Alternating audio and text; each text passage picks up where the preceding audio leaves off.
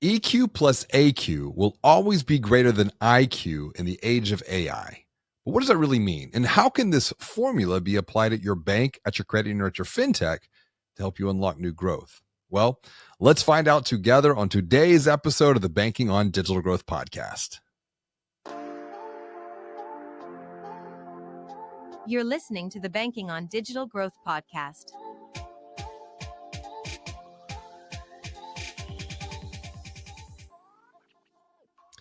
Welcome back to another episode of the Banking on Digital Growth podcast. I'm James Robert Lay, founder and CEO of the Digital Growth Institute, where we are on a mission to help financial brands stop losing loans and deposits by guiding them through the Banking on Digital Growth program.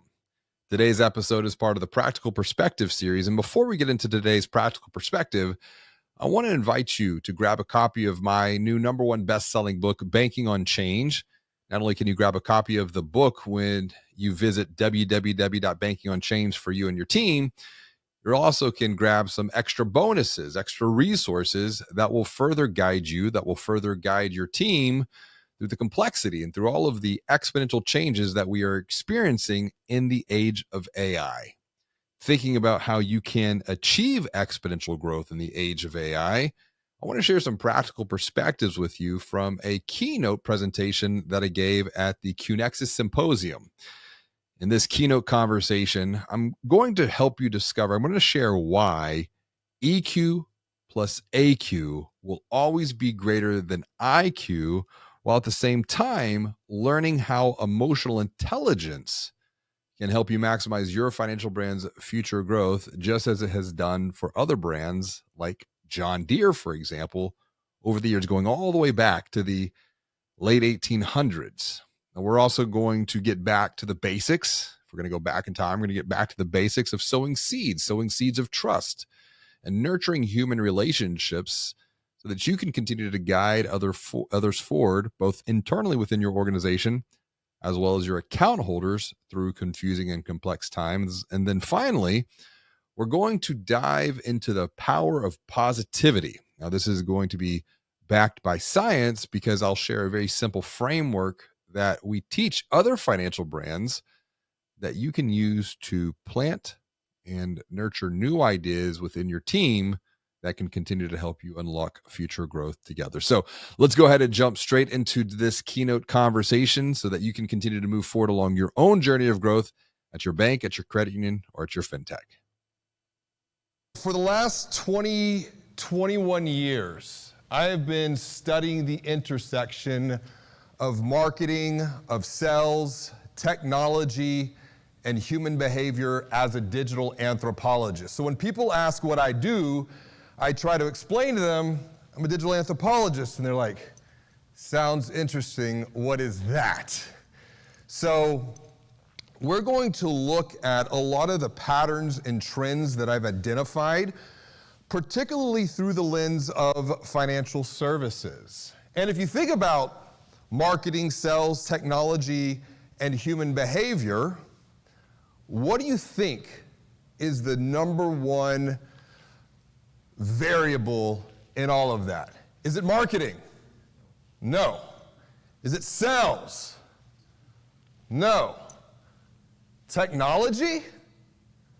Come on, we gotta have a conversation here, because otherwise I'm gonna get really grumpy and it's like 9 o'clock in the morning. Is it technology? What is it? It's human behavior. It's human behavior. And when we put people at the center of our thinking and doing, whether that's members as a credit union, customers as a bank, this is how we cultivate success for future growth, which is why I want to take you back to 1836. So hop into the DeLorean in your mind, let's take a trip. 1836, this was when a gentleman, his name was John, he had to leave his family. He left his family with about $70 in his pocket to go west because he was trying to provide. He was a struggling blacksmith. And along the way, he made it to the Midwest, and he was having some conversations with farmers out there. And he was listening to their questions, to their concerns, to their pains that they were experiencing as farmers in the Midwest. And they were having trouble plowing the soil. It was thick. John wasn't just a blacksmith. He was an innovator. And so what he did is he got some saws and he fashioned them to literally start to cut this hard soil so that the farmers could plant their crops, take care of their family. One of the things that John was known for was just simply listening. Just listening, learning to questions and concerns, and then coming up with ideas to help these farmers grow their crops and grow their families. Now, you might know John as John Deere. John Deere has become one of the world's leading, if not the leading, manufacturer of equipment that helps farmers cultivate growth. But one of the things you might not know about John Deere is how they've done it over the years. You see, maybe about 8 years after John Deere, the man, died, the founder, the company launched a publication called The Furrow. And what was interesting about The Furrow is, this is the late 1800s now, was this was a publication designed not to sell farm equipment, but to offer help and to offer hope to farmers, to show them how they could use new technology to grow their farms. This was different because otherwise the other types of publications, it was all catalogs. They were just selling products. Over time, the furrow began to transform as technology transformed. But one thing stayed true, one thing remained true, was the purpose of the furrow. And here we are 100 and 125 years later, since the first furrow was published in print format. It's actually now published in both print and digital. It is read by 1.5 million farmers around the world, published in over about 40 different languages. But what remains true since the late 1800s is this: why? Why they continue to publish this, and it is to tell stories that people enjoy reading. The furrow is not about the farm equipment. It is about the people and their stories as farmers, to provide them with knowledge, but I think it's deeper. It's to provide them with help. It's to provide them with hope for an even bigger, better, brighter future, for how they can apply this knowledge to cultivate success, to grow their farms, to take care of their families. And so what I'd like to talk to you about today are 3 elements to help you cultivate success at your credit unions or within your organizations or within your banks. These are the same elements that John Deere used all the way back in the late 1800s when launching the furrow.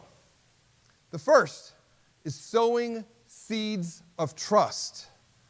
The second is nurturing human relationships. And then the third is protecting the garden. So let's dive deep into each one of these elements, starting with how we can sow seeds of trust by curing people's pain in the present moment. And I'd like to start here because right now we have a perfect storm. I'm from Houston. It's an interesting time of year right now. It's hurricane season. The thing is, though, is when we're talking about this perfect storm, we have environmental elements that are clashing with one another, creating a tremendous amount of chaos and conflict for people around you, maybe even for you. The first is there is a confidence crisis in banking. And I'm going to come back and address this point because I think the deeper underlying challenge today that every single one of us has an opportunity to cultivate success around is the fact that there is a consumer financial crisis. If you Google what is the primary source of stress or what is the number one source of stress, Google comes back, financial problems. Financial problems, money matters is the number one source of stress for people today. And what this is creating is a silent epidemic that is taking a toll on people's health, their physical well-being, their mental well-being, their relational well-being. Financial stress is impacting all areas of a person's life, not just their wallet or their bank account. TD Bank did a study, and this really provided me with a lot of clarity into why I do what I do at the Digital Growth Institute. Because when we think about the opportunities, back to your point, Baron, the opportunities to transform challenges, roadblocks, pain in the present moment to something even better, to guide people beyond this temporary state, to get them to a bigger, better, brighter future, credit unions are all about this. People helping people. TD Bank found that 85% of Americans feel stressed about money. And this number has continued to grow since 2020. Now, what about this? What about the mental impact? 1 out of every 2 people who are struggling with debt are also struggling with mental health issues. Physical impact. Consider this. Almost 1 out of every 3 people you know, they're losing sleep because they feel stress, financial stress, all the time. What about this? The emotional impact. Almost a little over 1 out of every 3 people, they don't want to talk about this. They don't want to talk about it. The taboos of money. I feel if we talk more about this, and it's interesting, you know, when we look at research, it's easier for couples to talk about sex than it is to talk about money. But when money matters get better, guess what else gets better? Just saying. But we're too embarrassed to talk about this. Why? Because people think that they're worse off than their peers. Here's the thing.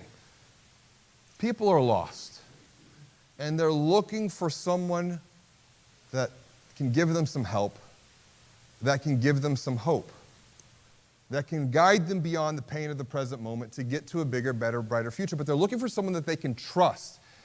Now think about this. If you think about 85% of Americans are stressed about financial matters, about money, well, it's easy to think, well, that's members.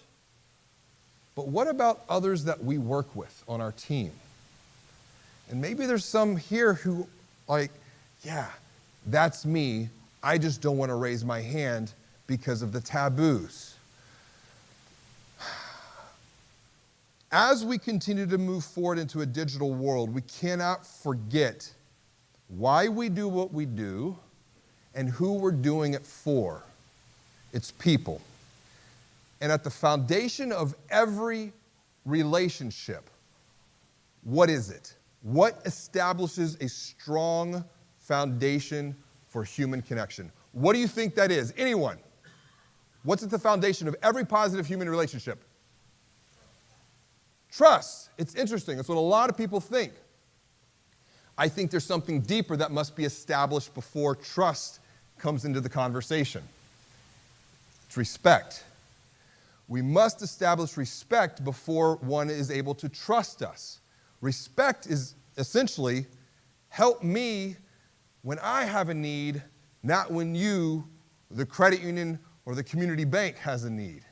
Help me when I need a loan, but you need deposits. Help me when I want to deposit some money, but you need a loan. Help me when I have a need, not when you have a need. That's respect. At the pinnacle of every positive relationship is what? What do you think is at the top of every positive human relationship? What do you think that is? Anyone? No wrong answers. This is a symposium. We got to have a conversation here. Communication. What else? Admiration. Good idea. Communication, admiration. What else? Anyone? Love. Love is at the pinnacle of every positive relationship. And we can look at love through the Greeks, and they had their 5 different levels of love. We can look at love through Thomas Aquinas, who was about willing the good of another person. When I look at love here, it's just commitment. Now, what is needed to bridge the gap between respect and love. What's needed? Yes, now this is where trust enters into the conversation. And trust is the sum of two things: what you say and what you do. It's words and actions.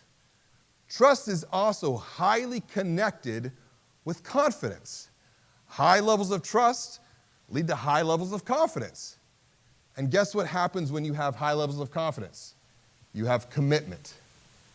You have love. The problem is about half of Americans worry about their money safety in banks. Now you might be thinking, James Robert, come on. Who are you talking to? We're credit unions. Well, there's often a perspective gap because when we facilitate digital secret shopping studies for credit unions, a lot of times people perceive their digital experience as that of a bank. They even say, well, they're just another bank. Consider this too. 1 out of every 2 millennials feel they have no one they can trust for financial guidance, and only 8% of millennials trust financial institutions for that guidance. What does that mean? 92% of millennials do not trust financial institutions for that guidance. So where are they going? TikTok. That's exactly right. And we're going to talk more about that in a bit. I think this is fascinating too. 3 out of 4 millennials would be more excited about an offer that came out of Google, Amazon, Apple, PayPal, etc. Here's the thing. This particular research from Viacom is about 5 years old. So flash forward to where we're at today in 2023, it's no wonder digital banks and fintechs, they've captured 47%, almost half of all new checking accounts opened so far in 2023. The question is why? Why? And I have a question for you. One question that can help you cultivate success by ensuring you sow seeds of trust. Are you guilty? Are you guilty of narcissistic marketing? You're smiling. Is that an admission? Maybe a little bit. It's okay. All transformation that leads to future growth starts by telling the truth about where we've been, where we are, and where we can grow next. And if this is you, that's okay. There's a path forward that we're going to talk about here. Now, how do you know if you're guilty of narcissistic marketing? It follows a very predictable pattern. A financial institution might have a solution for a mass market, to a problem for a mass market. They might be called to action. A financial institution might have a solution to a problem for a mass market that might be called to action. My question is, if we look at this as a narrative structure, who's the hero? Who's the hero of this story? The financial institution. That's a problem. That's a problem. Because when we go back and study narrative structure archetypes, and by the way, Joseph Campbell wrote a fantastic book on this subject called The Hero with 1,000 Faces. He made life very easy. He was a psychologist and he was looking at patterns of narrative structure, and he identified there's about 7 different ways to tell a story, but they all follow a similar pattern. You have a hero in a story, and you have what? An anti-hero, a villain. And if we're positioning ourselves as the hero, who's really the hero in the mind of your members or of your account holders? They are. So this is an opportunity to nurture relationships by being the helpful guide. This all comes down to experience. Experience is part of the human condition. where a positive employee experience, EX, when added to that of a positive human experience, can then be multiplied through a positive digital experience. This is not just digital alone. This is injecting the human experience into that of the digital experience. And here's why. If we're thinking about the hero and the hero's journey, this takes time to unfold.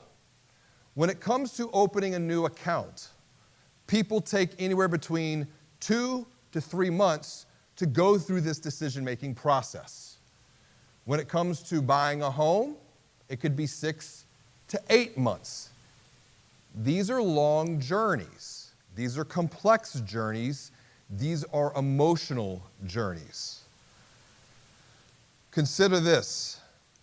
Over half of people who are applying for a loan enter into their journey, their hero's journey, feeling some type of negative emotion. They feel anxious. They feel scared. They feel frightened. Why?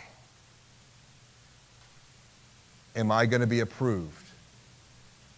Am I going to be rejected? And if I'm rejected, then you're rejecting me as a person. Money is a motive. Why all of this is important to consider is the research that we have done.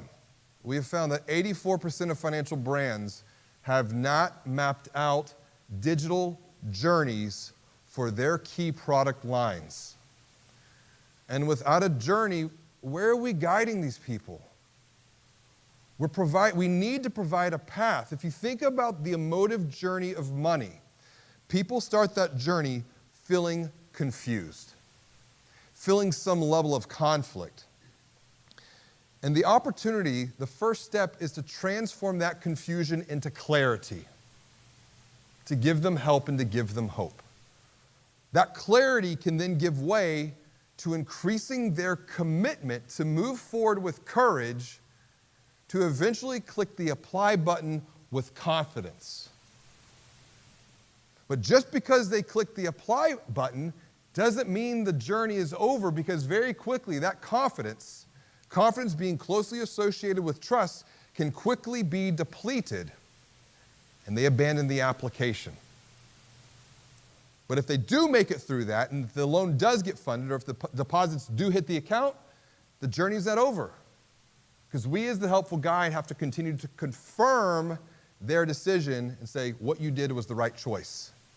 We need to remember that people wake up and say, I need a car, not, I need a car loan. I'm moving to a city, I need a new home, not a mortgage. I'm preparing for the future. I need a place to grow my money and feel confident about that decision. Every story needs a helpful and empathetic guide. Consider, without Obi-Wan Kenobi, Luke Skywalker would still be a farmer on Tatooine. If you're a Star Wars nerd like me. Let's do another pop culture reference. Without Mr. Miyagi, Daniel's son would still be getting beat up by Johnny and the Cobra Kai. And we would have no Netflix series. Without Dory, Nemo would still be lost at sea. Every story needs a helpful and empathetic guide. And this is where the story-selling methodology enters into your journey to cultivate success, to nurture human relationships. Because we have a consumer persona, which is an ideal representation of an account holder or a member. And this persona has specific questions, concerns, pains in the present moment that are keeping them up at night, that are taking a toll on their mental, physical, relational well-being. They meet a guide, maybe on TikTok. They meet someone who gives them a little help, but more so gives them a little hope, because hope for many people must come long before they are open, able, and willing to receive help.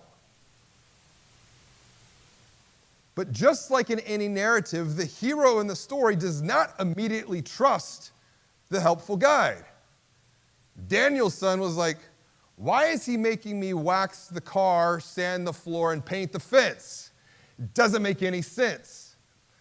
Trust must be established. Trust, words and actions, trust correlated to confidence. And in today's digital world, trust is established by planting seeds into people's mind through content. Go all the way back to the furrow with John Deere. That was not about selling directly. It was about helping first and selling second. It was about providing help, providing hope. Because then and only then, once we have deposited or planted enough seeds, those seeds will then sprout. That's where we can offer a solution, call them to action, to guide them beyond the pain of the present moment to get to an even bigger, better, brighter future. This is essentially not just the hero's journey, but a consumer buying journey, where a member, prospective member, account holder journeys through the stage of awareness, then consideration, and ultimately purchase. But out of all of these different steps, all of these different stages, I find one is fertile soil for you to cultivate success going forward. And that is right here. It is in the consideration stage, because these are long buying journeys that are confusing and complex. This is an opportunity to help first and to sell second. To plant seeds in people's mind through content, through proactive offers at a one-to-one level. Trust, in fact, outranks price or rates when it comes to influencing the financial decisions people make in a buying journey. Words and actions. Words and actions. I have 3 questions to consider to help you cultivate success by nurturing human relationships as you take on the role of the helpful and empathetic guide. First question, what are you saying on social media? I'm not talking about your credit union or your community bank. I'm talking about you.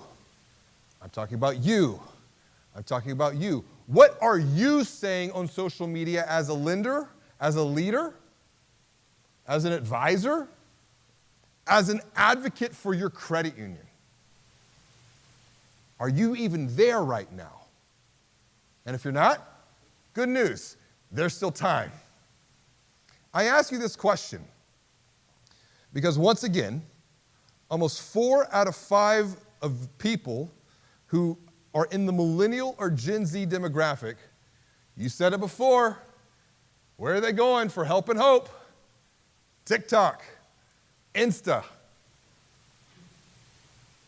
In fact, the 2 most trusted, if you will, social media channels. It's not TikTok, actually. The most trusted, YouTube and Reddit. That's exactly right. Are you even involved in the conversations on Reddit? But here's the other thing, fascinating.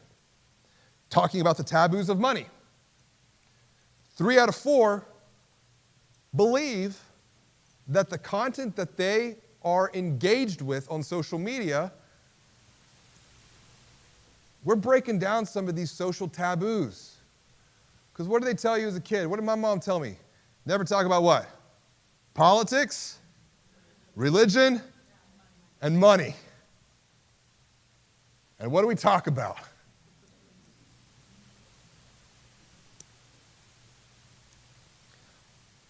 I predict, and back to Barron's point, this is the subject of my 3rd book, Banking on Expertise, that's early getting framed out right now, and I'm doing some speaking on it.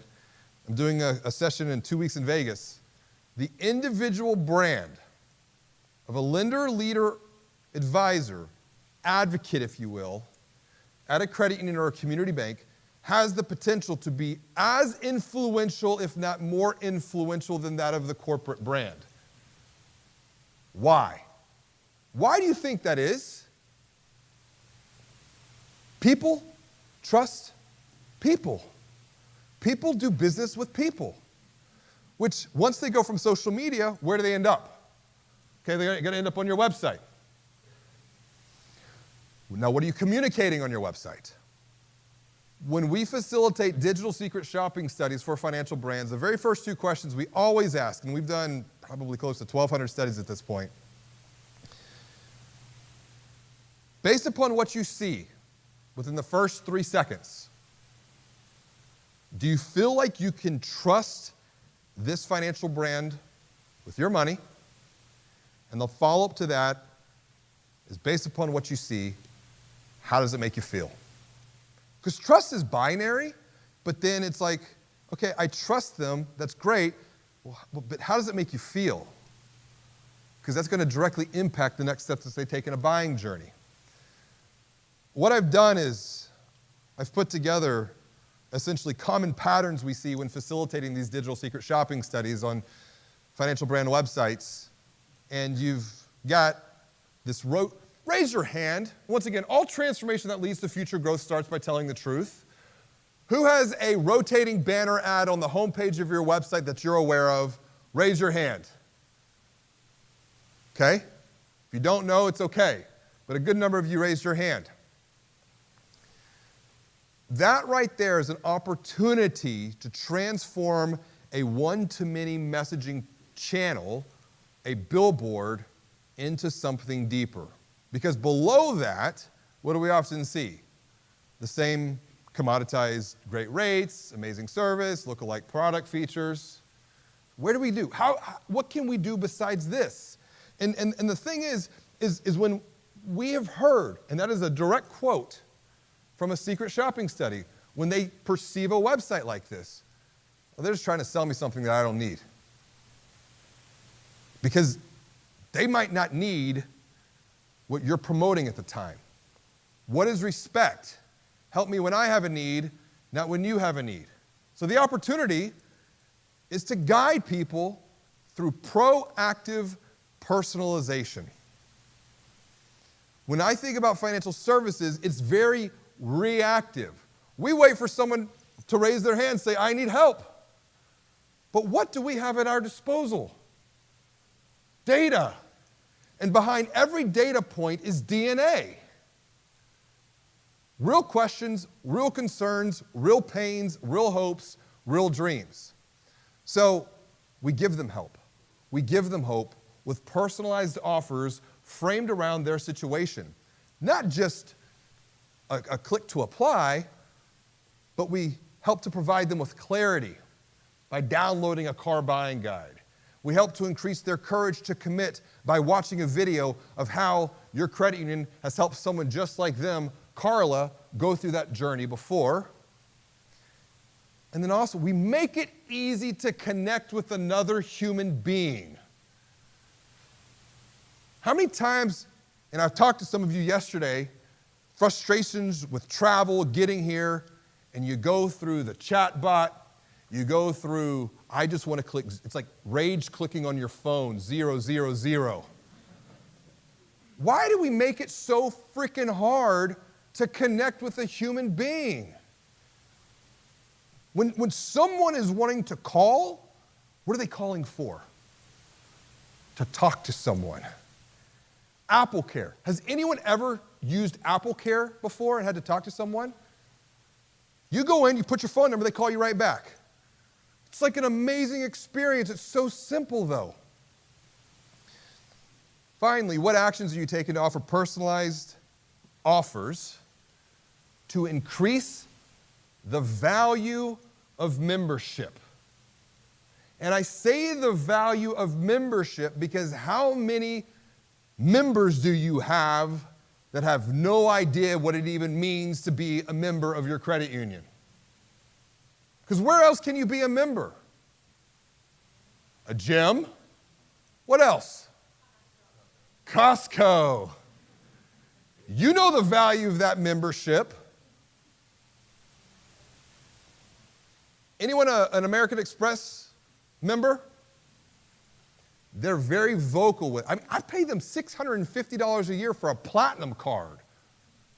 I travel a lot, but what's one of the values of membership with that card? It's the lounges. It's the little sanctuary in travel hell. It's the reprieve. It's the oasis in the desert. I have one at SFO. I'm looking forward to using it.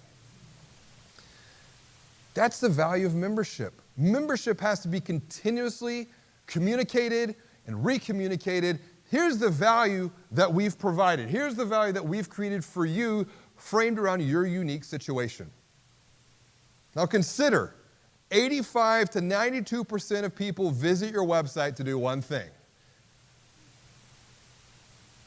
to log into online banking. And they can bypass that with the mobile app. But every single one of you, every credit union here and community banks, you're more than that. Your website, including your front-end website, but also behind the pin, online banking, mobile banking, it's digital commerce. It's e-com.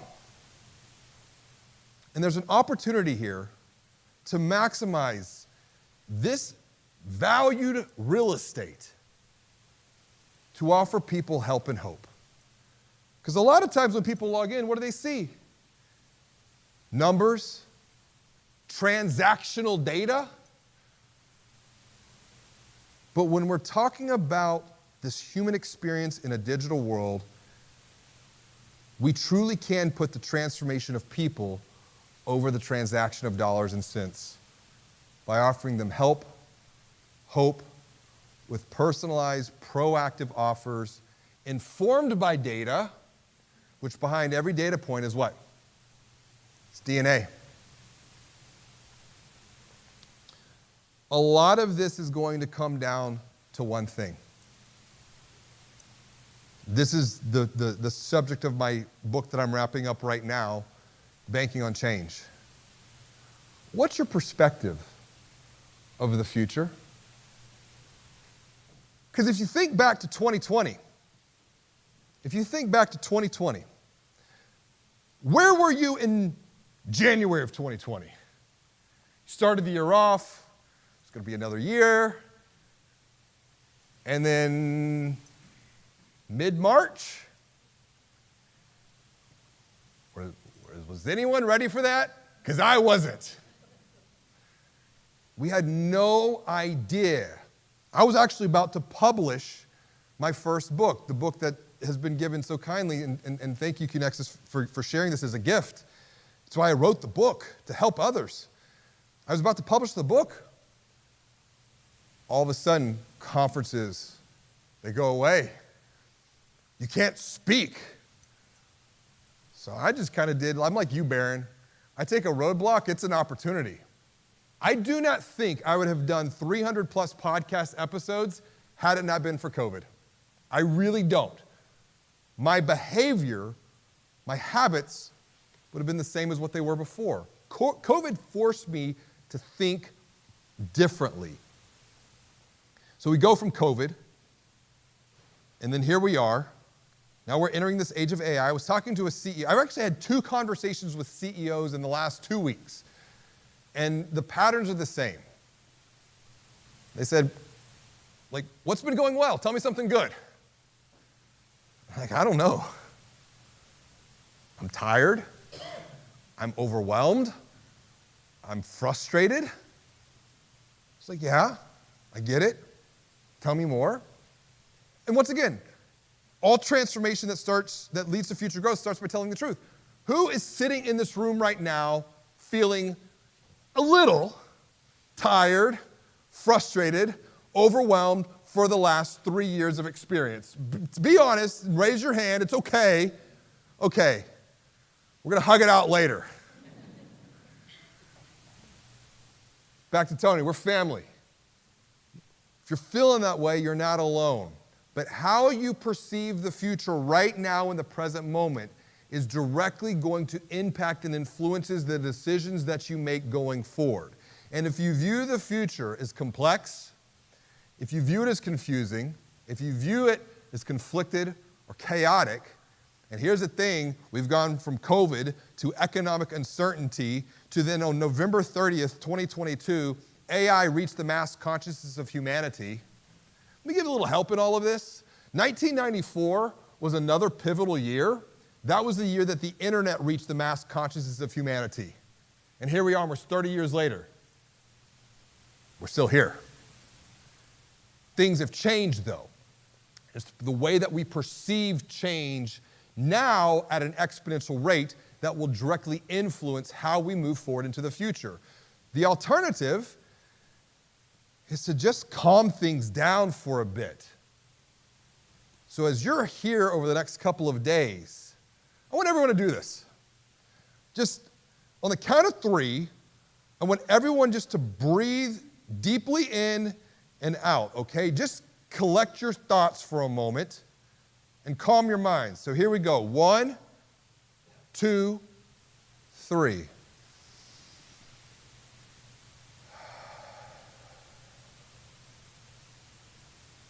How'd that feel? Felt good? When you calm your mind, that's when you begin to gain clarity. Because if your mind is stuck in all of the chaos and the confusion of what's going on outside of these 4 walls right now, we're going to miss seeds that we can plant. That clarity is going to turn into your courage to commit to move forward, to cultivate success at your credit union, at your organization with confidence. This is why the opportunity is to protect the garden to bear good fruit. You must protect the garden to bear good fruit. And that garden is the garden of your mind. Your mind is the most important technology to master in the age of AI. When a world is changing and transforming at a rate that we have not seen, and I'm telling you, from 94 to 2024, 30 years, what we're about to experience with this AI piece, we can't. Our minds just can't perceive it. We only perceive by looking at the past. But I can tell you there's a lot of opportunity going forward into the future. This is why EQ plus AQ is greater than IQ alone in this age of AI. Your emotional intelligence. See, this is what John Deere had. John Deere had emotional intelligence to listen to the questions and concerns, the pains of farmers, and then he was able to adapt his own mind to come up with new, innovative, creative solutions to provide those farmers with help and hope. You can do the same. When the world is moving and changing and technology is driving so much of this at an exponential rate, the challenge lies in every single one of us, myself included, because we as humans are linear thinkers. We think on a linear plane where technology is doing this, and what does that create? It creates a gap. That's where the confusion sets in. That's where the chaos comes from. But if we have the awareness, we can overcome that. Your future growth is a direct result of the seeds that you're planting right now in the present moment. If you think a lot of this is positivity, hocus pocus, mumbo jumbo, let me tell you, I've got science backing me up on this. There was a study out of Frost Bank in Texas. They partnered with the University of Texas. And they found when it comes to optimism, positivity, and perspective, optimists are 7 times more financially healthy than that of pessimists. Even with your own thoughts, you have the power to positively influence your team, your organization. All transformation starts within. It starts with the seeds that you're planting right here, right now, in the present moment, at this symposium. You transform yourself. You transform the team. Teams transform the organization. The organization goes on to transform the lives of members and account holders. and together we all transform the communities that we serve. This comes back to the idea of family. 2 questions to cultivate success as we wrap up here. To protect the garden of your mind, to bear good fruit. Number 1, are you willing to rip out the weeds of fear and remove the rocks that limit your future growth potential? Are you willing to do that over the next couple of days? If you are, say yes. Are you willing to do that? Yes. Will you make room to plant new ideas? New ideas that can over time bear good fruit for your members, for your credit union, for your community bank, for your organization. Are you willing to do this? Yes? Okay, here's how you can do this. At the end of every single session, take 60 seconds to 2 minutes, and I want you to write down 3 insights. Just seriously. And hold each other accountable. Say, did you plant new ideas in this session? That's how you're going to help each other out. What are 3 insights that you gained from a session? 3 things you've learned. Circle the top 1. Decide on the one that you think will create the greatest value for your organization. Do not cheat. Do not skip step number 1. You have to do number 1 to get to number 2. Because then you're having to decide. You're having to filter out. Once you decide what the one is going to create the greatest value, expand upon that. Why is that the case? Why did you pick this insight to be the one that creates the greatest value for yourself, for your team, or your organization, or your members? Then, what's the action? What do you need to do next to turn this insight into action? And it shouldn't be a small commitment. It might be, I need to go talk to someone about this. I might need to have a conversation. Once again, all transformation that leads to future growth starts with very small, simple actions that we take right now in the present moment. Finally, share this. This is a multiplier. When you have a conversation and you tell other people, here's my idea, here's my action, this is the Socratic methodology that's rooted in like 2,000 years of wisdom, way smarter than me. When we have Socratic conversations, this is how we cross-pollinate ideas. This is how we collaborate and see things, back to Tony's point, from a different perspective. We're all coming in from a different perspective. Families have different perspectives, but we all have something of value to add. You can use this very simple framework to plant new ideas this week and have these conversations. Here's what I learned. Here's what I'm going to do. What's your idea to help me do even better? If we keep these 3 elements of success at the forefront of our mind, to sow seeds of trust by curing people's pain, to nurture human relationships by guiding people beyond that pain to a bigger, better, brighter future, if we protect the garden of our mind to bear good fruit, we will all cultivate success together. This is a guidebook that can guide you. It expands on some of the thinking I've shared with you today. I really believe every single one of us in this room, together, and we're all coming from different places, we can cultivate success to create an even bigger, better, brighter future, first for our members and account holders, then for our organizations, our credit unions, our community banks, then for our teams, and as a result, that's how we cultivate success for ourselves. As we wrap up today's episode of the Banking on Digital Growth podcast, I really do understand how hard change can feel.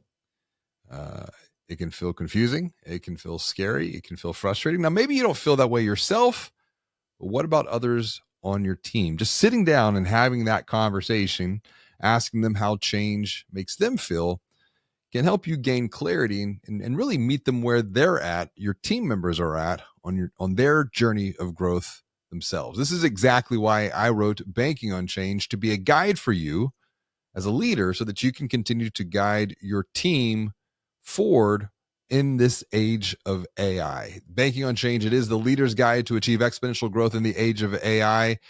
You can pick up a copy of the book for yourself, for your team, but also get some exclusive bonus resources that can help all of you continue to grow together when you visit www.bankingonchange.com. As always, and until next time, be well, do good, and be the light.